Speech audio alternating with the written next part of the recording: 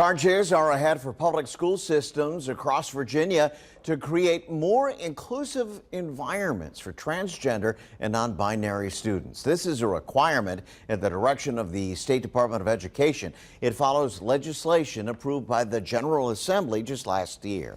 On your side at 6, Karina Bolster live at the state capitol tonight to fill us in. Karina. Well, Kurt, these discussions are already happening across the Commonwealth. Loudoun County in Northern Virginia saw a large turnout at its heated school board meeting earlier this week. And even today, a school board in our area introduced some revisions of its own.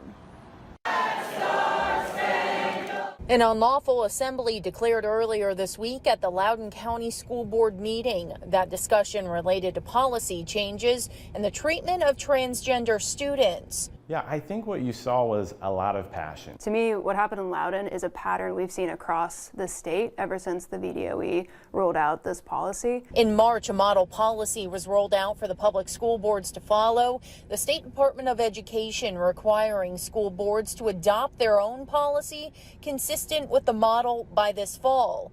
All of this a result of legislation passed by the General Assembly last year. A lot of the youth that I work with, they aren't involved in a lot of clubs.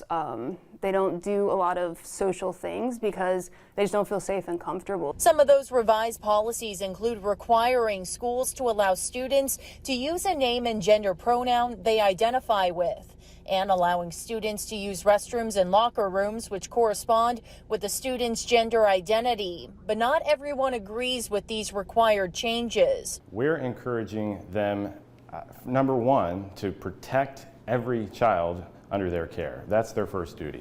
Secondly, they need to protect the constitutional rights of their students, of parents, of teachers. And Henrico County Schools introducing some revisions of its own today pertaining to student record keeping. The approval of these changes won't happen until later this summer. While Mays and Hetzler's groups may have opposing positions on these policies, both agree school board discussions concerning this topic need to stay civil. And I think it's having these grounded, informed conversations just to learn and continue to learn and never assume that we as humans, as adults, know everything, because we don't. I think we would all do better if we all would listen to one another, no matter what side you are. I think we can get to a place of understanding and perhaps even agreement if we would just listen to one another.